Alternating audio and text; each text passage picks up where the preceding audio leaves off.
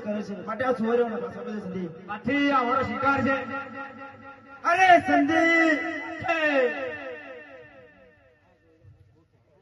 હું ભાગવેલનો ક્ષત્રિય છું અને હું ક્ષત્રિય મારો શિકાર કોઈ દિવસ જવાના દઉં સંધી આ સુવર્યો મેં શિકાર કરે છે માટે મારો સંધી સુવર્ય પાછો આપી દે બરે બાથે. અરે